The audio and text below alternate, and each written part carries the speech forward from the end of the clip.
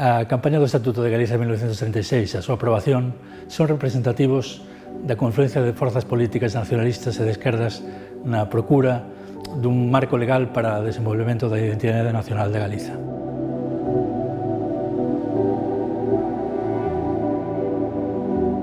O período da Segunda República era representativo dun cambio importante a nivel social na Galiza. Era o cambio dunha política de élites a unha política de masas.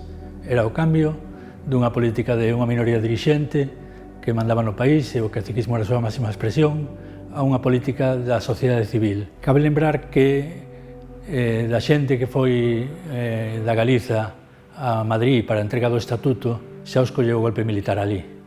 E, sen embargo, algúns deles volveron a Galiza neses días xa co golpe militar en marcha. Estamos falando, por exemplo, do socialista Tomás López da Torre, alcalde de Betanzos.